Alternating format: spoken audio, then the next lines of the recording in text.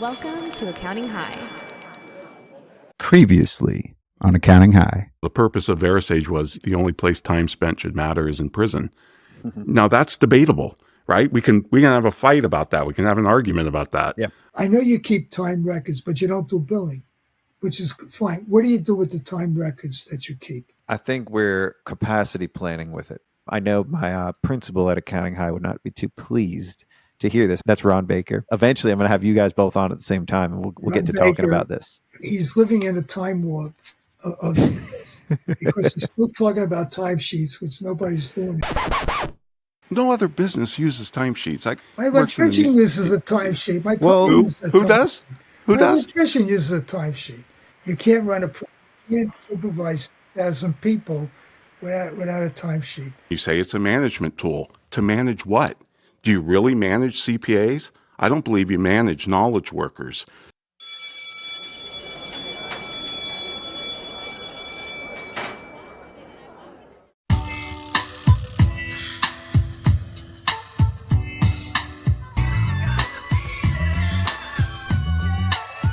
Welcome back to our class. It's the guide. Please take a seat. Step into this unique guidance session. Navigate with me. It's the capital S. Oh yes, I'm fresh. C-O-O-T. Y apostrophe O-K-R apostrophe. See, the show is intended to guide you with advice. Vision goes on mission. It's time accounting high. Yeah, this profession.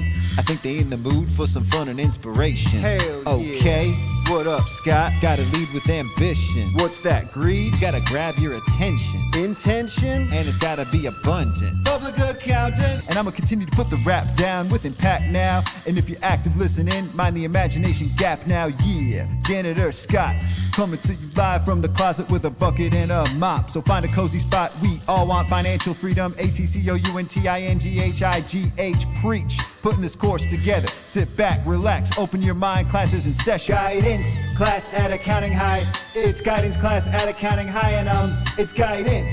Introducing the star of our show, Scotty, Ed Mendlowitz, and Ron Baker. We're gonna have a problem here.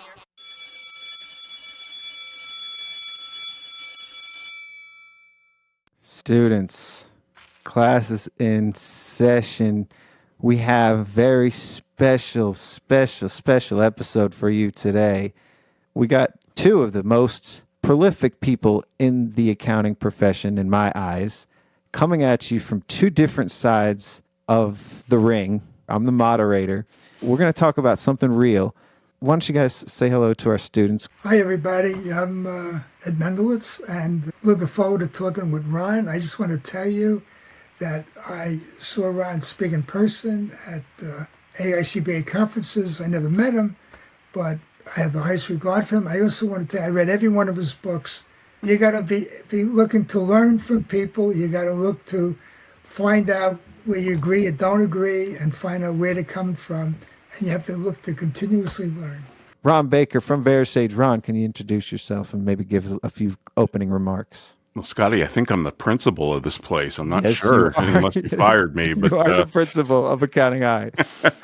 Look, I'm looking forward to this. I've never met Ed, and we've corresponded over the years and emailed, and never met in real life. And I've read many of his writings, and I'm looking forward to the discussion. I agree with him. I learn from people I disagree with. I don't learn from people I agree with. So I look forward. I rather have questions I can't answer rather than answers I can't question.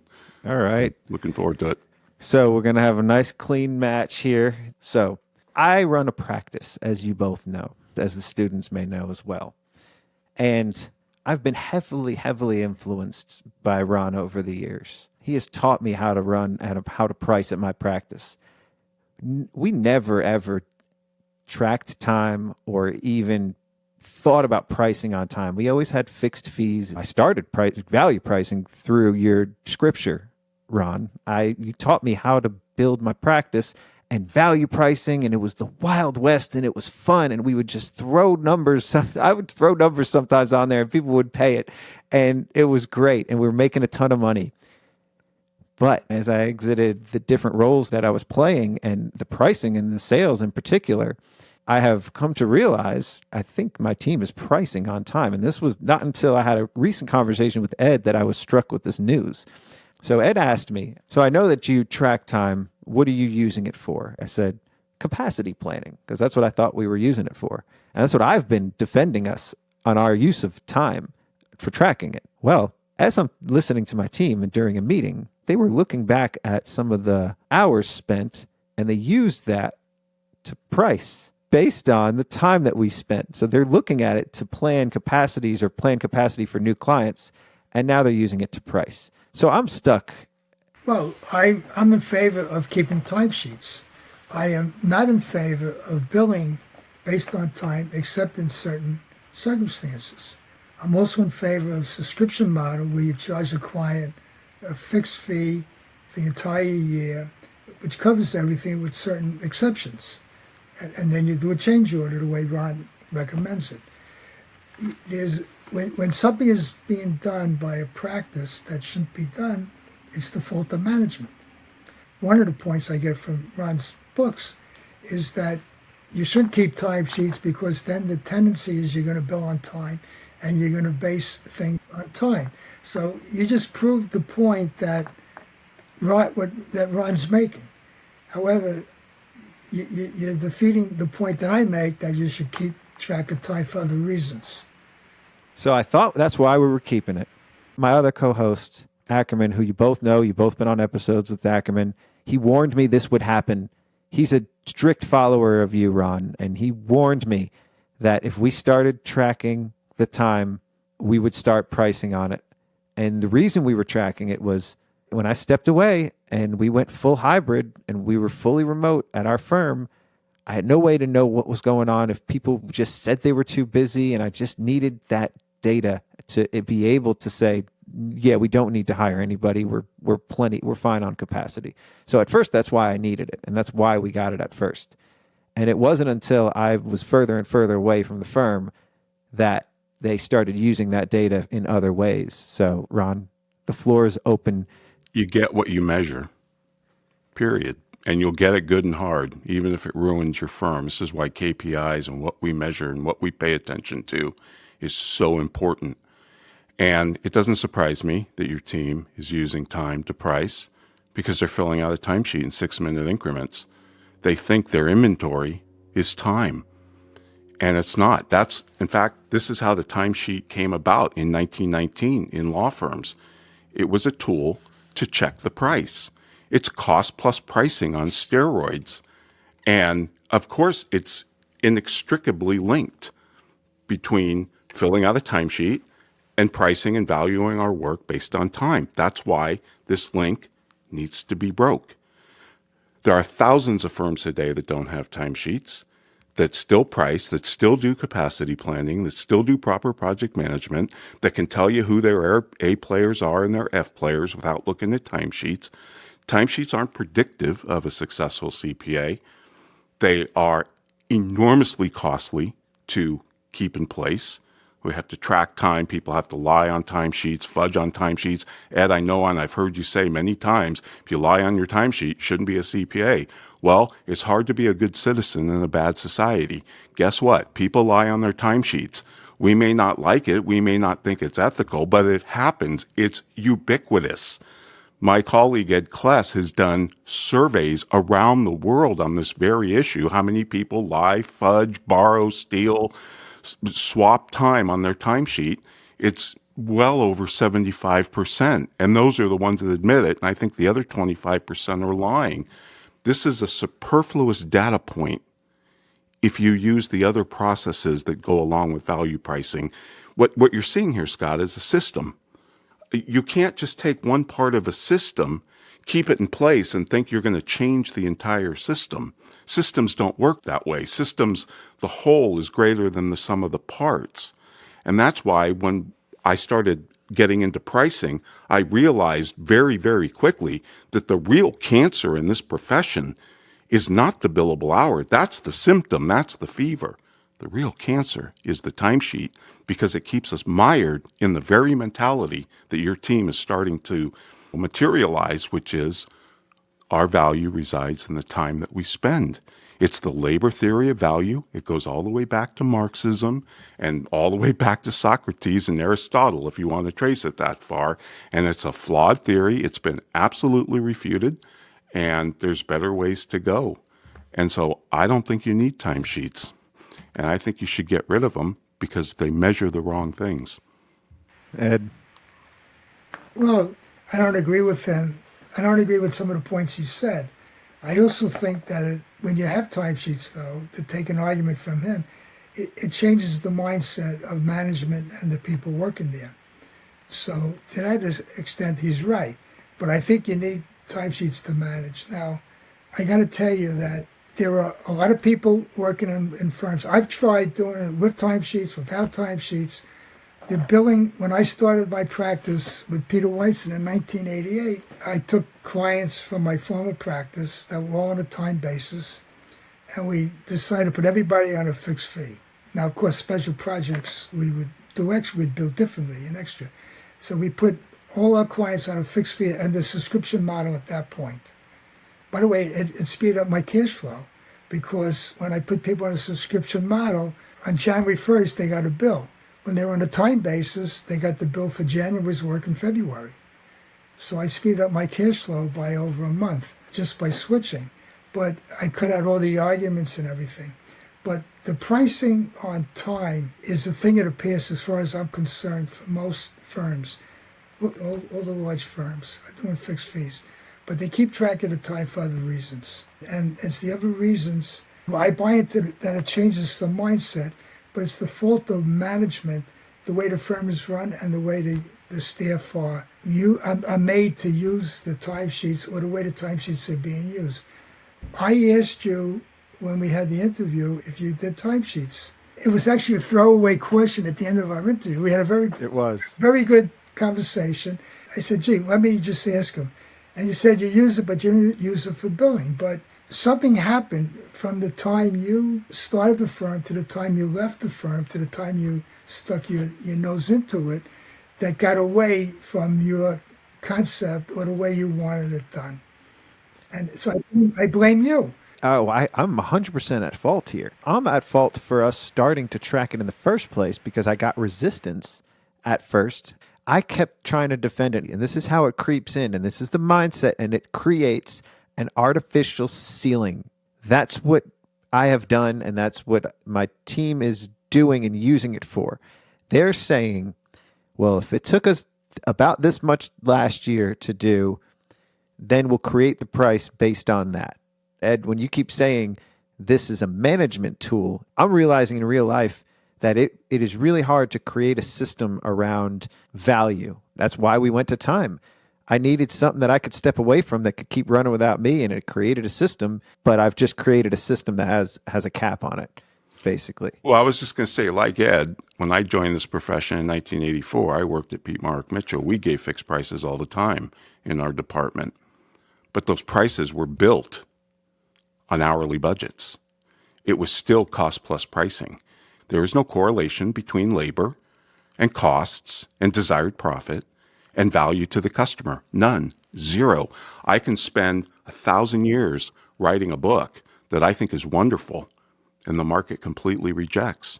I can't run around and wave my sign and say, hey, the world owes me a living, buy my book, look how much time I spent.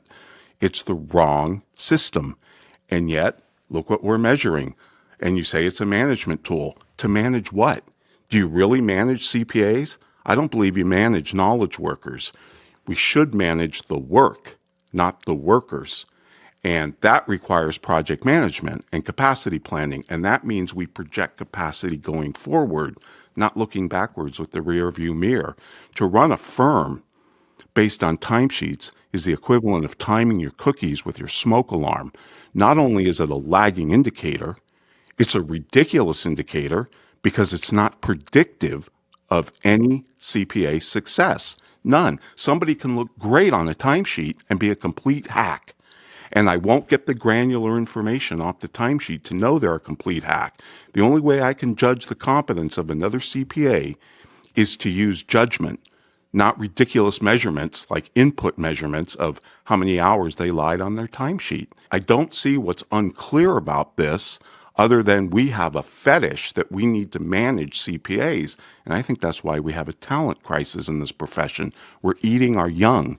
They don't manage people at Google. They don't manage people at Apple. These are really, really smart knowledge workers. And we think that we're going to micromanage them by making them account for every 6 minutes of their day like they're prisoners. It's not why people join this profession. We join this profession to help people, not to be measured based on a ridiculous metric that should have no place in a modern day firm. Well, I've been in practice a long time. It's always a struggle to make a living when you have your own practice. Even no matter how well you do, there's always ups and downs. Now, I'm going to give you a couple of examples where timesheets have been immensely helpful to me in managing the staff. I hired a new manager. He went to clients. He did the work. I got clients off my back. I didn't have to deal with them. He brought back the right product. He did a great job. I looked at the timesheet at the end of the year, and let's say he spent 120 hours on the client. And I got paid for every penny, and he did a great job. I said, well, I can't have you spending 120 hours on that client. I can't grow and you can't grow. So I said, next year you have to spend 60 hours and you have to bring somebody, you have to train them to take over 60 of the hours you did. Even if they spend 100 hours, I don't care. But you have to use it to download your time. You're spending too much time there. And I actually used that as an example to teach them how to manage and how to supervise. Plus I had to teach them how to supervise because even though he was a manager, when he came to me, he didn't know how to supervise. So that's one example. Another example is I looked at a timesheet, and somebody from the tax department, who I didn't have a high regard for personally, just to be honest with you, sometimes people rub you the wrong way. Nothing wrong with them, but they rub you the wrong way, so you don't bother with them. I looked at timesheets, and he's on a half a dozen clients. I don't know why he was on the clients. So I asked the people in charge. He said, well, I had a question, and I couldn't get an answer from the tax department, so I asked him. And then I went through it. I found he was a sleeper that his peers recognized as him, which I never knew about or would have recognized. This has nothing to do with billing clients or anything like that. So it's a management tool. That's how I use it. So you can see a year later where people are spending their time. Well, I could see a year later, but I could also see a month later or 2 months later, depending Okay, well, hence the cookies and the smoke alarm. It's a lagging indicator. There's no question about that being a lagging indicator. But the thing is, it doesn't help you perform better in the future. Just by calling somebody out and saying, oh, you spent all this time on this one client. And by the way, that's cost plus pricing. You can't spend 120 hours on that client. I need you to spend 60. Oh, you need to delegate more. Well, that's a management issue. All of this can be solved if we did after action reviews. Like the military in every country in the world does after action reviews. You finish a project, you get together as a team that worked on that project, and you talked about what went right, what went wrong, how could we do better next time. That will give you granular information that will help you improve future performance. Beating people over the head on timesheets is not going to help them improve one iota. I taught somebody how to manage his time better, how to supervise people, and how to mentor people. And I taught you didn't need a timesheet to do that, though, Ed. No, I did. And somebody else I taught to, I elevated him and gave him more advanced work because I saw that he was recognized for his ability by his peers. But you don't need a timesheet for that, and it's a lagging indicator.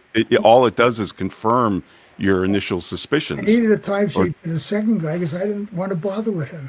My partners and I, he was there, he did work, and we didn't want to bother. And the first guy, he cleaned up work for me. And when you hire a new person at that level, you just want to get work cleaned up. But we're not going to agree. Well, what's your question, Ron? No other business uses timesheets. I mean, my cousin works for Amazon. My electrician uses a timesheet. Who does? Who does? My electrician uses a timesheet. Look, auto mechanics charge by time. Electrician, I won't hire them, but plumbers charge. But Ed, the difference is if an electrician will give you a price.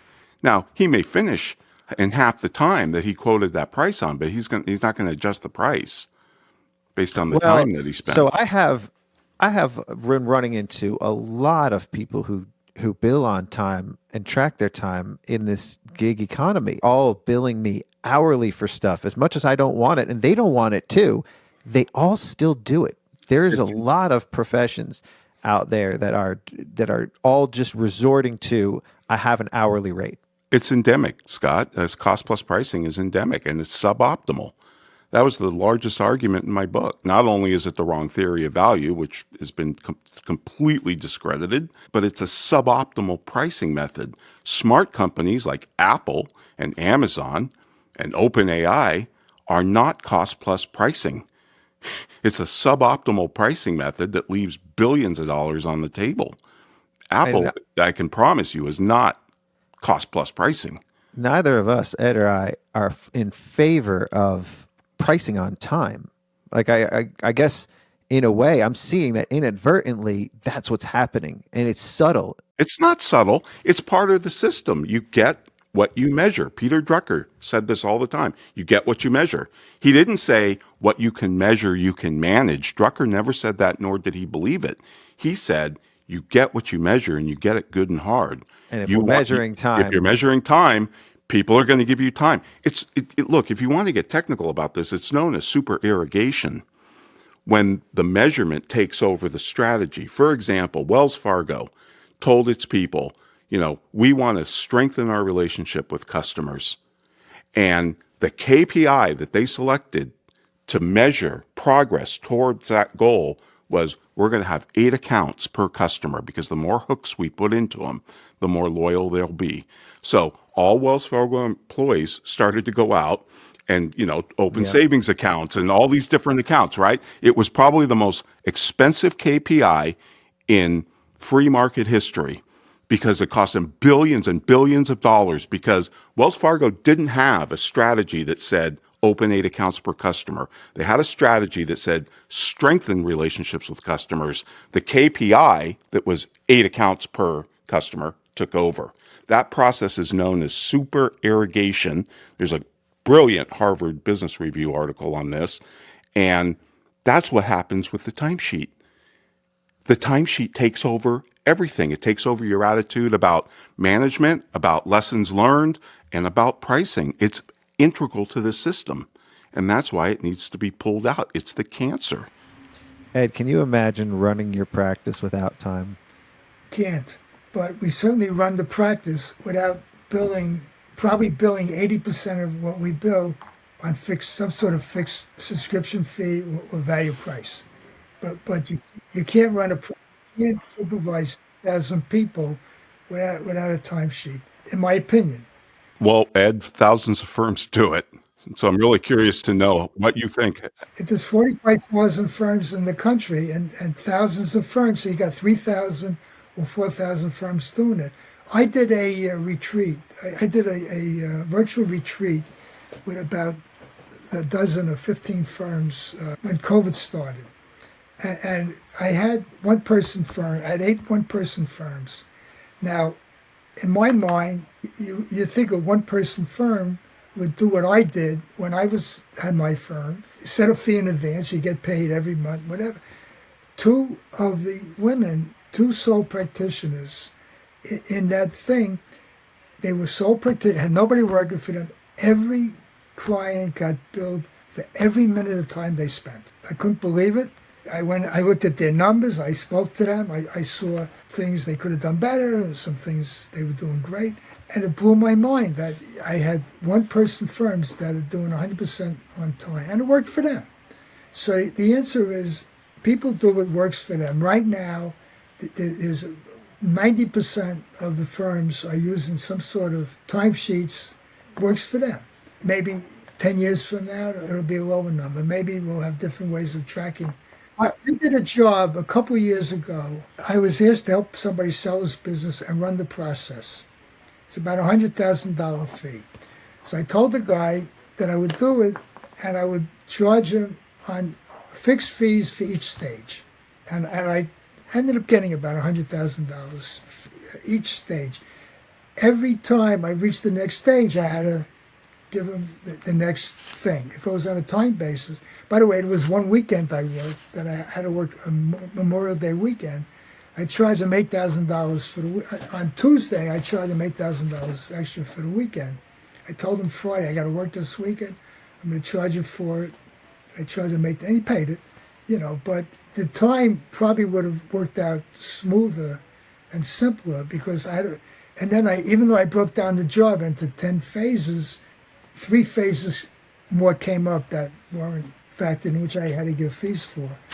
So looking back, I would have been better off, and the client, I think, would have been better off just getting a bill, getting the hourly bill. It would have reduced the intercourse we had. The times he called me, I could tell you that. But by having a fixed fee, I got the extra calls that I wanted from him. So I was more effective with the fixed fee, but in the long run, I think the time fee might have been better.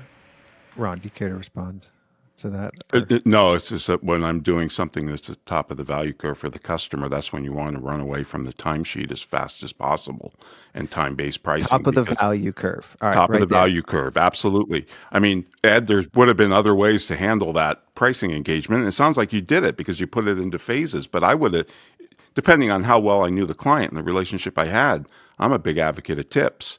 Just tell the client, look, we're going to do whatever it takes to sell this. And I'm going to be with you every step of the way. When done, pay me what you think it's worth. Probably would have been paid millions. I don't like that because that creates a bias on your part to see that the deal closes. Because if you do all the work, you do a great job, and then I had deals that were blown up the day before the closing. Oh, sure. So if I was on a tip basis, I wouldn't have got paid for that. So I got paid for everything I did.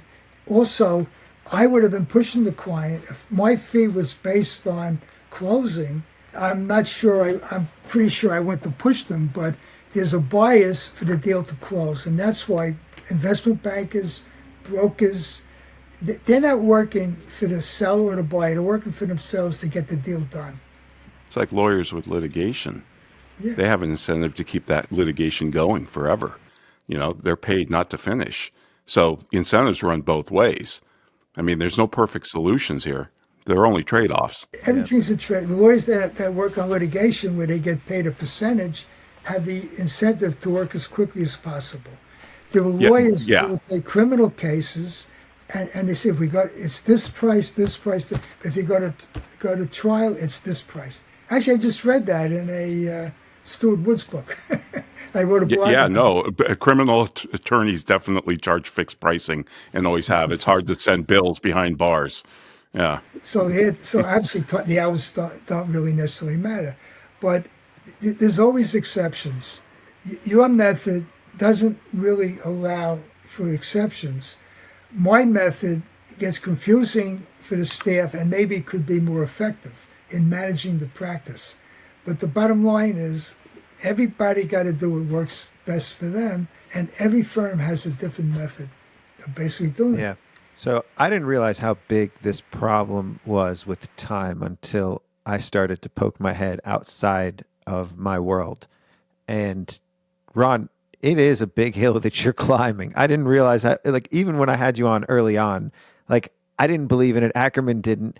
We didn't bill on time. We didn't track it. So we didn't think it was that big of a deal. It wasn't until I started talking more and more. Almost every firm owner I know tracks time, except for the really small boutique ones. So there's this other subset of firm owners that I know that their firms aren't that large. They're doing things like CFO and advisory, and they're doing all the great things, all the sexy stuff. They may have 10 or fewer clients. They're all paying premium white glove rates. They don't pay attention to time at all, and their clients love working with them. They're giving the best service. They are the Disneys of our profession, but their firms are never that big. And then I go to the ones like Jody Grunden, and I found out about Jody through something that you referred to him. They're tracking time on everything, and all of it's time. And then the more firms I talk to, the larger ones, it's all down at the root of it. They could never change like Ed can't. Ed can't remove time from his practice. Their practices are foundationally stable and run, and they're built on these solid structures, and those structures are time. So as the more I learn, the more I realize this is a hard argument for you to face. I have a different comment to make. One of the keys to not keeping timesheets is more effective and better methods of management. And I certainly agree that you need better and more effective management. I have found out that there are partners in firms. Now, let's take a large firm. And the large firm has a managing partner, maybe a management committee, And they have partners. They have a partner in charge of the tax department, a partner in charge of 8 clients that have a team of 12 people. These partners are managing a practice. It's not the practice, but they're managing the practice. They got to manage the scheduling of the work, the staffing of the work, the growth of the people's succession in the thing, and they got to manage the soft skills. None of these partners, and Ron, you should look at this, and Scotty, here's a question. None of these partners take CPE courses, take MAP courses. People call me. I get a lot of calls. I get 30, 40 calls a month, and people talk about timesheets with time billing. I asked them if they ever heard of Ron Baker. Now, I'm telling you, you're going to be brain dead if you never heard of Ron Baker. And these schmucks never heard of Ron Baker, and they want to talk to me about timesheets and time billing. I mean, that blows me. Maybe 15 years ago, they didn't hear of you. You know how I heard of you? Actually, I've been reading your stuff for a long time, but I wrote an article one time that I talked about something about timesheets. It's got to be 15 years ago. And I must have had 25 people write to me hate mail. None of you weren't one of them, but they were all disciples of you. Scotty mentioned the word descriptions. You're like an evangelist, and these were your followers, and they were sending me hate mail. And about time, And you're still getting it today from Ron's followers. No, Technically, I am one of Ron's followers. No, I don't get it anymore, and that tells me that it's not as big issue as it used to be. I wrote an article. Actually, Rick Telberg posted an old. This got to be 10 years ago. Posted an old thing that I wrote. I decided I don't want to do any more timesheet crap because I don't want to have a fight with anybody. I don't want to. I don't want to debate Ron. Ron, he emailed me off the record. He emailed me off the record. He says, "I don't know if I really wanted to." No, you're too good with this stuff. But so Rick Telberg posted this thing. I got 60 people. Ron didn't, but they were all disciples of you. In fact, Paul Don, who I know you met Paul Don in 1988, 2098, I think. You wrote that you met him in 98, I think, or 96? Yeah, 96, yeah. Oh, you met him. I met him in 2000, and we spoke on programs together. And he's writing me mail. He's posting things. Ed, you don't know what you're talking about. You're out of your league and everything. But 60 things. Jody Padar, who I had dinner with and friends with, writes me this hate stuff about timesheets. I told Rick, don't post anything more about timesheets. However, the calls I've been getting about timesheets have died out, and that gives me a pulse. Look, I don't know what's going on, but I could tell from calls. I don't get any calls about marketing. I never got calls about marketing. Everybody's too busy. They don't want more. They complain they're not making enough, and then they don't want more business, or they don't do the organic growth that they can get. I'm not getting any more calls about timesheets. So it tells me it's an old issue. I'm not saying... Well, I get calls about it all the time, but how to get rid of them, and is it really possible? I could tell you that I can't speak for Witham because I'm not in the management committee, or I'm emeritus now. Emeritus. I can't imagine they could manage without timesheets, but most of their billing is not done on time. To me, that's an amazing statement that a business can't run without timesheets. Most businesses do. The only reason, my cousin works at Amazon. He doesn't do a timesheet. Now, I'm not talking, he's not a factory worker. Amazon? Does he pack books? What is it? He works for AWS? What does he do? He works in the music division. He's responsible for programming and projects on their music platforms. And he develops that, and he runs teams. And they do it all without timesheets. Massive project management. Massive. You think our project management's a big deal in a CPA firm? It ain't nothing compared to what Amazon or Google or Apple does. Apple doesn't have timesheets. Google doesn't have timesheets. I'm just really curious, why do professional firms have timesheets and all these other businesses that we see, and I'm in Silicon Valley for crying out loud, none of them do timesheets. Why is that? Well, because their business model isn't we sell time. See, when your business model is we sell time, then you do timesheets because that's part of the system. Accounting firms send people out to clients. Accounting work is not done in the office. It's done at clients' premises, and it's done in teams. And some of these teams can have 40, 50 people working on a team. And you got to have a way of controlling what's going on. And you can't have it, you can't assemble team meetings every day or every week, but you can look at the time sheets to see what's being done. And I think that could be a difference. I don't know what Amazon does with music, but You could look at project management information and workflow. This is all about work. You're talking about workflow. So And that has nothing to do with time spent. That has to do hitting deadlines, finishing things on time, like FedEx, on time arrival, those types of everything an metrics. accounting firm does has a deadline. That's right. And we don't track it, Ed. We don't track them. We don't track deadlines. We don't tell the customer when they're going to get their pizza like Domino's does. No, It goes into a black box and it comes out when we're good and ready. We don't commit to the customer a delivery date. The financial statement's due on a certain date. It has to go to a bank. The tax return has to go to the government. We do commit to deadlines, and we have internal deadlines. Well, but there's statutory deadlines that we commit to more than our own. Mr. Customer, you're going to get this back on X date. Yeah, that's right. But if a client wants me to help him sell his business, there's 5 deadlines a day on that project. But if a client wants me to come up with a compensation plan for key management, it could be open-ended. It could take me 2 months. Oh, I agree with that. it's hard to manage people. We're not very good at it, especially a lot of us accountants. I'm not very good at it. I know I ran into all of my problems when I started trying to manage people and learning how to do that. And I think therein lies the problem.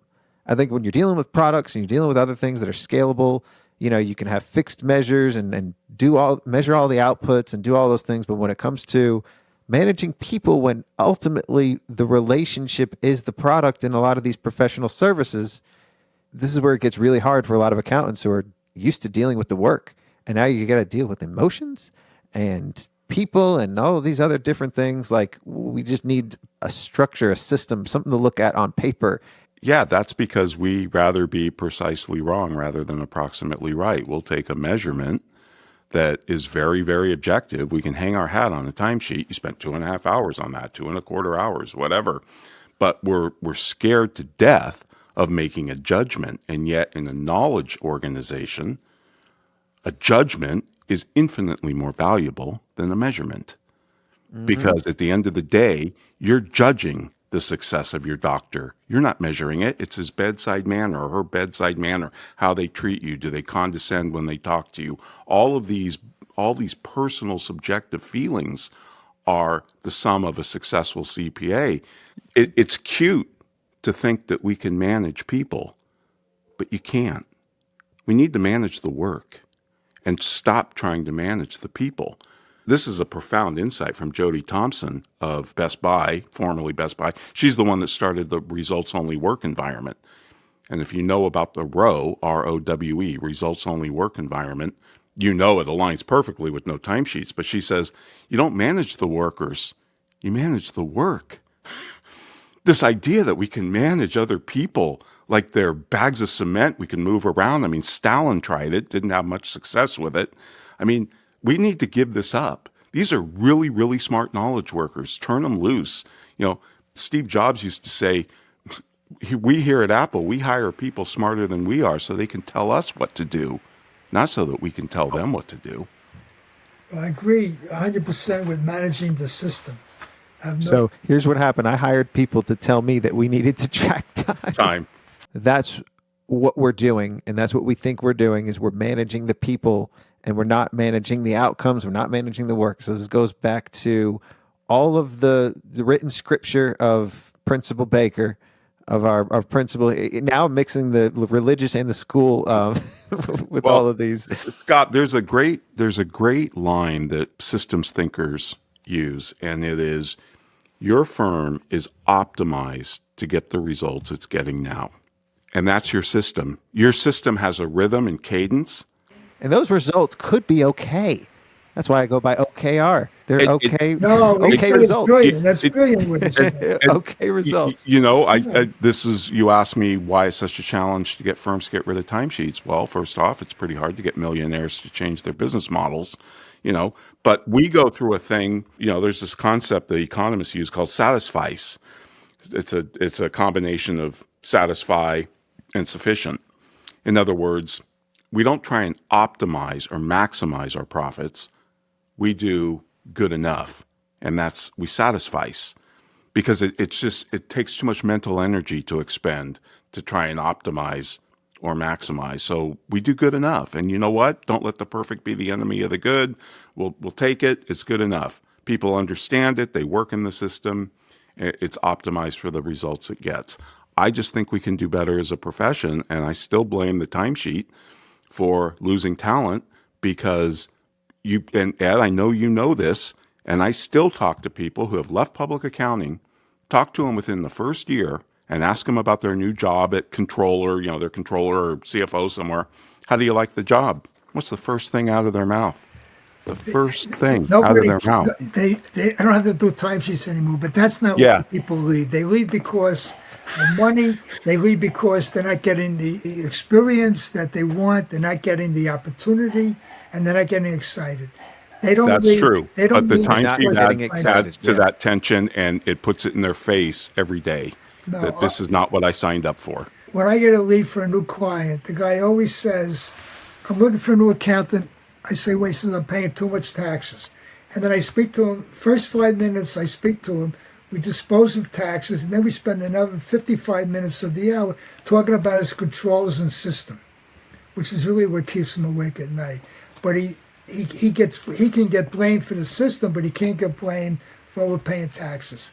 Timesheets is a very good way of saying, I left because of timesheets, because they were paying me crummy. They weren't paying me overtime. They weren't paying me for tax season. They maybe work 75 hours a week. I didn't get good experience. They're not going to say that. I had to do timesheets. I think we have a big problem. First of all, we have non-managing partners that don't know how to manage a team or supervise a group, and we're losing people because of that. People don't quit a firm. They quit their boss. And they don't quit a firm because they had to do timesheets. But they quit the work they're doing, they quit the opportunities.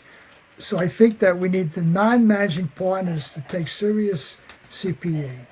I think that's where. Another thing we're doing is the payment model is, for tax season especially, is terrible. You tell people to work 60 to 70 hours a week, and you don't pay them. It's built into the fees. I think we're losing people because of that. I made a recommendation in the last issue of the CPA Journal that everybody should raise their starting salaries immediately 20% and raise all the salaries after that 20%, and the pipeline problem would alleviate a lot. We're doing stupid things. We don't manage the system. Every firm has a system. A lot of systems may not be good, but it's their system, and then they don't follow it. And if you have a firm with 5 partners, they have 5 systems, maybe 6 systems, because a manager has his own system. You got to manage the system. You got to have a strong system. I've managed the system, and when I merged with them, everybody working for me started with my firm. I trained every single person in their job: the accountants, the marketing person, the bookkeeper, and my administrative assistant. So I've done this, and I found out a long time ago that I am richer hiring people out of school, training them everything, than hiring 3 people who leave their job because they didn't get a good experience, because they have experience. So I think that we have to look at those things. We need organic growth to our clients. This artificial, my firm, I was using ChatGPT. My firm doesn't want me to use that. They want me to use Copilot. Same thing. I had a mind-blowing, I spent about 45 minutes Friday on unbelievable. It's mind-blowing. AI is making your mind blow. It's mind blown. It was great using it, but things are changing. Clients are getting this stuff in real time, and we have to have a real-time plus, and we have to tell them how to interpret. We have to drag our clients forward, not have them feel they outgrew us. all technology is going to continue to eat hours. And that's going to be a real problem if you're in the we sell time business model. So it's going to put more pressure on billable hours. I do think we have a talent issue. And, if you think about the funnel, there's the top of the funnel. How do we get more kids in high school and college to think about matriculating into accounting? The middle of the funnel, how do we stop the bleed out from the accounting profession after 3, 4, 5 years? And of course, the end of the funnel, people retiring and dying. We have an aging profession. 3/4 are eligible for retirement, according to the AICPA, within 10 years, which is a demographic ticking time bomb. AI will alleviate some of that pressure, I think, as it automates tasks that we probably shouldn't be doing in the first place. I think offshoring, Scott, that I know you do and you talk a lot about, is helping to alleviate it. I don't think the talent competition is going anywhere. We're seeing a worldwide talent competition for talent. I think the partnership model is under enormous stress. We're starting to see alternative models, dark horses out there. Venture capital, we're going to interview a test partner from Eisner Ampner and get a look at his test model. You got BDO doing an ESOP. So I think we're starting to see some innovation with respect to structural and governance issues. And I do want to just go back to, you ask any CPA why they became a CPA, and you'll land on to help people. And I just think we need to go back and put the relationship first, which is why I still think the subscription model is going to be a big part of our future. And that's not just about dividing a payment by 12 and being paid monthly. You've got to plus the offering. You've got to do like the concierge doctors and the direct primary doctors are doing. You've got to just handle whatever the customer needs when they need it in a very frictionless way. I think we need to up our game when it comes to customer experience. We need to make it very clear to our customers that not only do we save them time, we save them time. To the extent that we measure time in this profession, I think we should measure it based on the time we save the customer and the time they spend with us. When they spend time with us, we have to convince them that that's time well invested. It's like an audience giving Taylor Swift their attention, and paying a fortune for it, or the Super Bowl. I mean, a business with an audience is a true blessing, because now you're not paying for the customer's time. They're willingly paying you to spend time with you. And I think that's where the subscription model can really make a difference and change what we monetize rather than this fee for service treadmill we're on. I think we need to go back to just looking at customer lifetime value and forget about the math of the moment and up our game with customer experience. Absolutely. By the way, when I had my subscription model, it gave me, we didn't have to watch, really, we kept track of the time, but we weren't concerned about the time, so to speak, because we had a client for a long time. But when it gave me the freedom to come up with ideas for the client. Now, I could have 5 ideas, maybe one works, but most clients are not going to want to pay you for the 4 ideas that are not going to work, especially if it's the first 4. But when it's my dime, it gave me the freedom to experiment and to imagine and to try things. And then when you hit something, you give the client a freebie, and then you build it into the fee, or you charge extra as a secondary product line that you're offering them. So it offers a lot of potential. I bought a practice in 1993. The guy, at the time, my rate was $125 an hour. This guy's rate was $46 an hour. He billed every minute of his time. So what we did, we bought the practice. We went to his business. We didn't care about the individual. We went to the business clients and said, look, last year you paid George $12,000 a year. We're going to charge you $1,000 a month. But what we're going to do is we're going to convert all your stuff to computer. And we're still going to provide you the information he provided. The conversion will be an hour time, and this way it's a fixed fee. You don't pay for that. Within 2 years, we were making a lot of money on those clients. But one of those clients last year, we billed double or triple. Last year we paid for the whole practice over 5 years. But this subscription model, the fixed price, the value pricing, these things work. And it's a concept that a lot of people don't understand. But the system has to be sacrosanct. I was in a subway in Korea, in the airport, and I got a 6-inch tuna fish Subway in Korea, the same thing I had for lunch today. And it tastes the same, too. It's exactly the same. I had it today in East Brunswick. Did you know Subway's the biggest chain? Yeah, I heard that. I think it is. Is it really? I don't know, but I've lately found certain Subways are starting to close. Yeah. Oh, wow. Which they Big time. never, 10 years ago, they never closed. Now they're starting to close. So they got a problem with their model. But irrespective of that, it's the system. It's the system in every franchise. And the accounting firms have to run their practice the same way. Because we're going to give every single person working for every firm today is going to be gone at some point, unless they become a partner. They're all going to be gone. You don't have permanent people. You might have them for 10 or 20 years, but at some point they're going to be gone. So you got to have the system. I couldn't hire people out of school and train them and make them make more, have them make money for me. But that's an interesting point, Ed. That point right there, you're trying to create something that's going to outlive all the people in it, right? You're trying to create a system or create an organization that outlives the people that are there. How do you get the people to come in and still have the mindset to help grow that? You know what I mean? Like, how do you keep them engaged at the time that they're there and caring? I did it. I had people working for me more than 10 years. I did it. You could do it. Every firm's doing it. The big four will do it. The top 100 are all doing it. They all have systems. They're keeping the people. They have turnovers. Some of them have, PricewaterhouseCoopers in 2022 had a 25% turnover, and they were listed on a survey of the 100 best firms to work for. Yeah, they always are. 25%. Imagine having 25% turnover. Jeez. Yeah. That was in their publication. They published an annual report with that number. It's the system, and I could tell you, I could see it from a small standpoint. When I ran my practice, I don't want to use bad words, but I had to be a real son of a to make people follow the system, because there's resistance on the staff and the partners to follow the system. And by me making everybody, I took the heat, so to speak.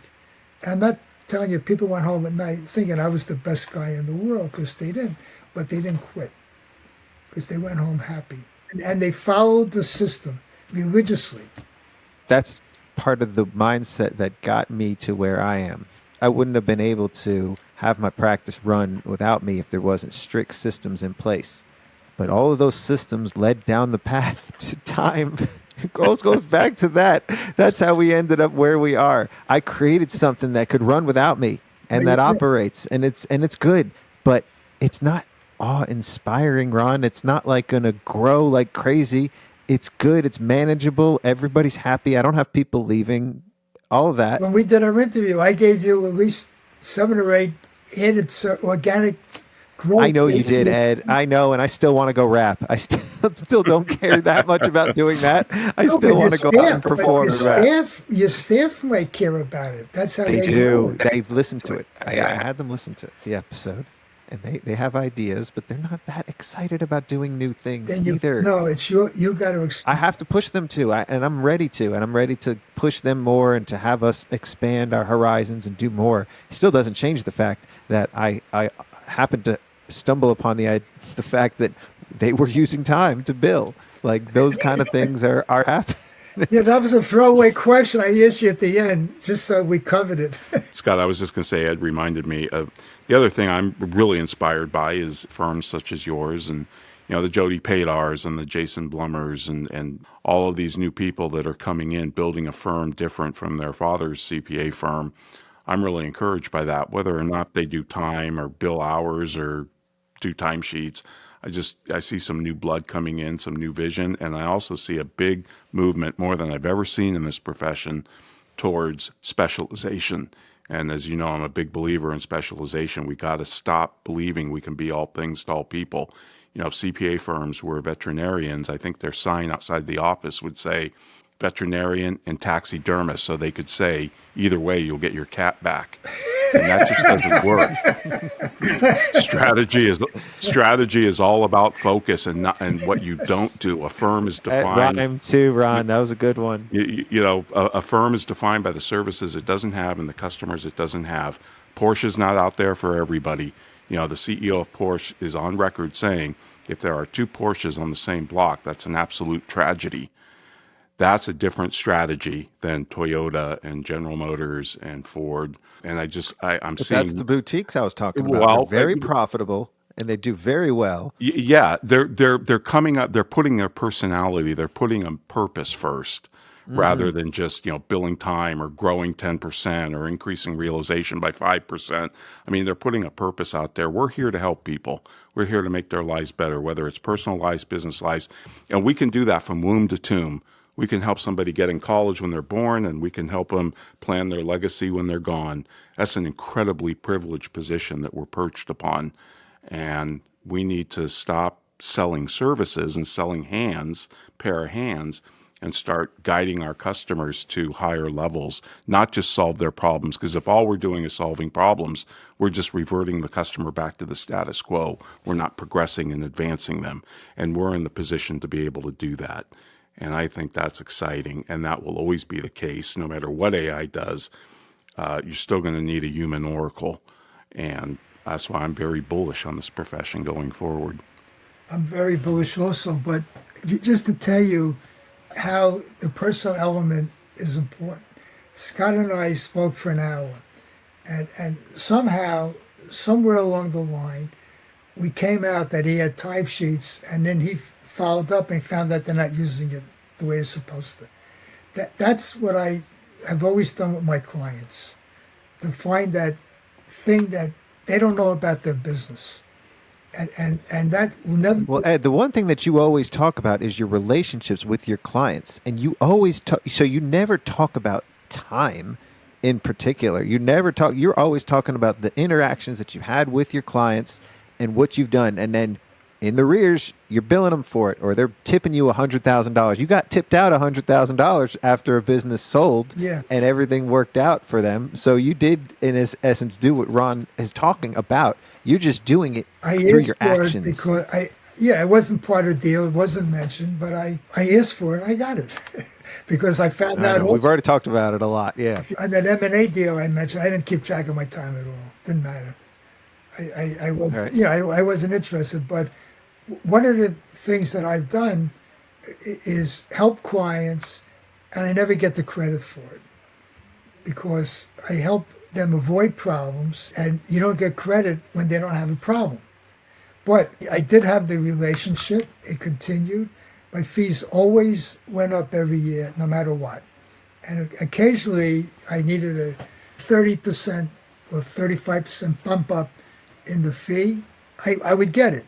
I'd have to work at it, make my case. But at the end of the day, I made a very good living. I always had money to grow my practice, my infrastructure, and I had a profit somewhere along the line. So I had a good practice. Did I make millions of dollars a year? No. But I had a good time, and I like what I did. And it's a lot of fun. And you made an impact on people. I feel I made an impact, and I feel good about what I've done. It's about having an impact on people, as I've learned, as I've talked to you about that, Ron. Like when I worked with clients and I was in the practice, I was having an impact on people, and I felt that, and it energized me. As I exited, now, like, I don't feel that impact as much. You're having a different impact, Scott, now. A different impact. It's more wholesale rather than retail, but it's there. Yeah. Sometimes I don't see it or smell it until I see people in person and they tell me they're listening or things like that. Otherwise, it just feels like you're speaking into a void. And Ed, you're doing it too. You're doing just that. You're doing it much more written. But you guys both became teachers, essentially, in your own right. Part of the philosophers, the speak the word of the people. So one by doing and the other by creating followers or disciples that'll all speak the gospel for you. We may not all agree on different ways of managing and methods and all that, but at the end of the day, it's still about helping people, right? Helping people find new paths for their own business or see new opportunities or create new pathways within a profession that, in all honesty, is a sinking ship. It feels like we're on the Titanic just playing the music as it sinks. If you listen to the news. No, it's growing. It's growing. We're getting stronger. We're much Good, more good. I want to hear more of technology-based. that. You can imagine how much technology is being used, even by small firms. The audit procedures have been reduced tremendously. People are doing peer reviews virtually. The COVID speeded up adoption of a lot of things. But I'm with them 19 years, and 19 years ago, I was working virtually. Even I might have been sitting in my office, but the person 2 offices down got an email with the file, and there was no personal interaction except if they, except I have to get up every once in a while and talk to them. But we've been working virtually for 19 years. It speeded up what's happening. I spoke to a guy, an accountant, sole owner in Cyprus last week, who has a virtual employee in Malaysia they never met, and she wants a raise. They wanted to talk to me about it. I don't know the guy. I never met him or anything, but this is exciting stuff, and I'm able to help, particularly sole practitioners or misguided partners in larger firms that don't feel satisfied. You mentioned your firm is people. Your job should be a chief cheerleader of your practice to make sure that people working for you go home excited. And you got to figure out the ways to. Where are they going home to? They're working from home. They're always at home. When they shut down the computer for that night or for that hour or to go to the bathroom, they got to be excited, and you got to excite them, and that's something I've been able to do. All right, you want me to share a conversation that happened after we had our episode, Ed?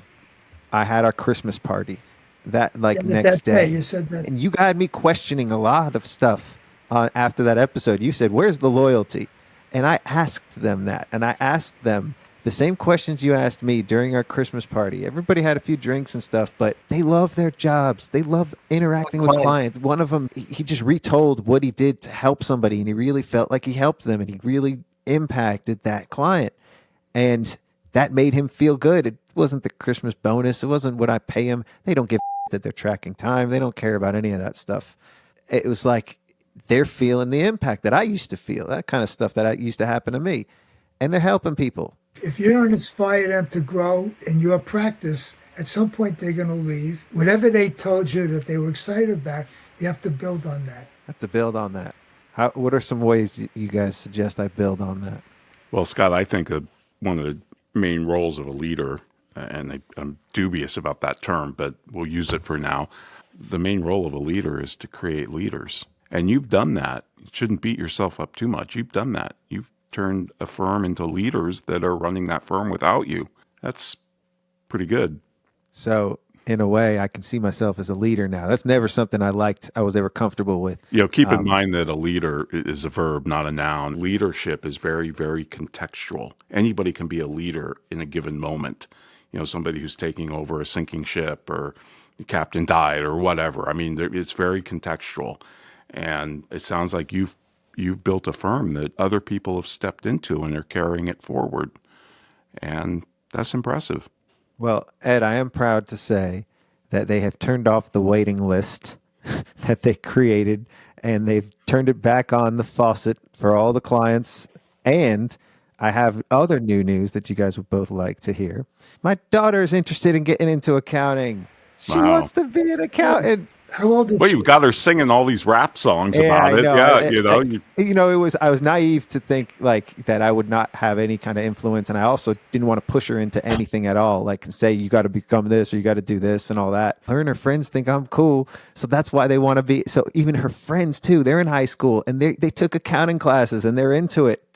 And so I'm having an impact on the next generation of kids, I guess. That's awesome. in my home. Yeah. So I now I have another pipeline of people that I can potentially hire, and I can start them off out pretty young, Ed, like you did with your people. Hire them right out of school, right? I found, just speaking at both colleges and high schools, that it's easier to inspire the high school students than it is the college students, and give them like Ed was talking about, give them the real view of what. That's why this is called Accounting High. Yeah, this is why we're on Accounting High. Yeah. I mean, there's a lot of misperceptions among high schoolers about what it is accountants do, and once they learn that, no, we're really financial psychiatrists, and we spend 80% of our time interacting with people, kind of blows them away. We're not in the back room with the eye shade crunching the numbers. Yeah, because that's the media perception of the accountants. It In is. every movie, I appreciate you guys. This was awesome. I know we didn't necessarily solve the world's problems when it comes to time, but we did have a healthy conversation about it. There was nothing below the belt. Nobody, No rabbit punches.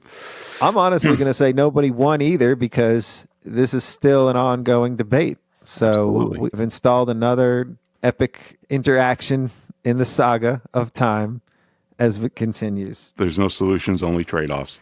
Only trade-offs. It depends. Really good. Thanks for arranging it. So thanks, Yeah. guys. Thanks, Appreciate Scott. y'all. Thanks, Ed. Peace out. Class dismissed.